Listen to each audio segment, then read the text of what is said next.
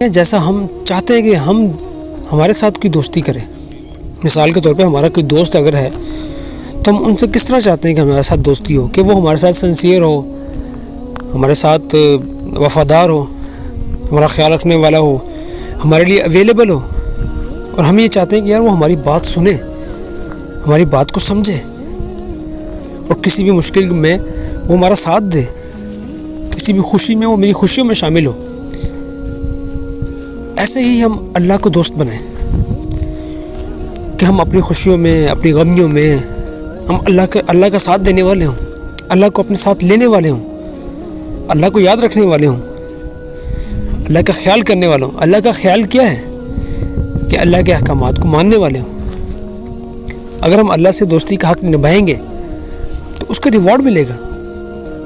جیسے ہمارا کوئی اچھا دوست ہو, آپ کسی کے ساتھ کوئی دوستی کرتے ہیں, شروع میں آشنائی اتنی نہیں ہوتی, بہت کم جان پہچان ہوتی ہے, اور آپ کا خیال, آپ کی قدر, آپ کے ساتھ وفاداری جان پہچان اور تعلق کے ساتھ بڑھتی جاتی ہے. جب وہ آپ کو دیکھتے ہیں, آپ کو آزماتے ہیں, آپ بھی آزماتے ہیں لوگوں کو.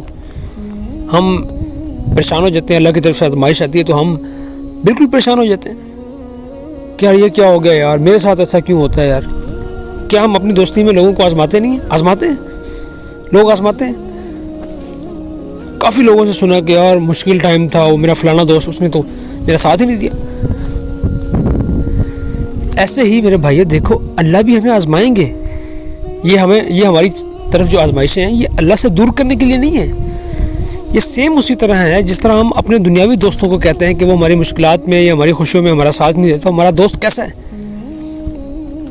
ایسے ہی جب ہم اپنے خوشی غمی میں اللہ کو یاد نہیں رکھتے تو ہماری اللہ سے کیسی دوستی ہے.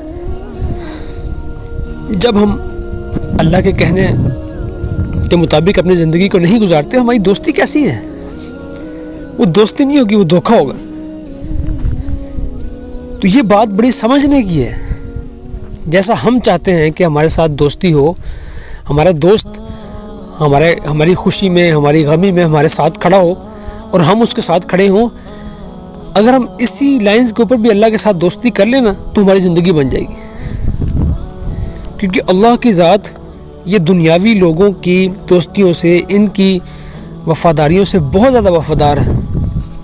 آپ صحابہ کی زندگی دیکھیں, آپ علیہ السلام کی زندگی دیکھیں.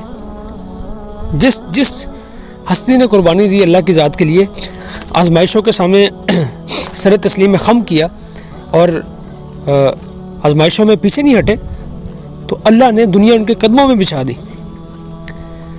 کیونکہ یہ طاقت جہان سارا اللہ کا ہے, یہ کائنات اللہ کی ہے, ہوائیں فضائیں بھی اللہ کی ہیں. تو جب سب کچھ ایک ہستی کا ہے اور ہم اس کو اپنا دوست بنا لیں گے تو کیسے یہ ساری چیزیں ہمارے تابع نہیں ہوں گی. بس صرف اپنے آپ کو سمجھانے کی بات یہ ہے کہ ہمیں اللہ سے دوستی کرنی ہے, ہمیں اللہ کے حکموں پہ چلنا ہے, ہمیں اپنی ہر خوشی میں, ہر غمی میں, ہر پریشانی میں, ہر سچویشن میں ہمیں اللہ کو ساتھ رکھنا ہے.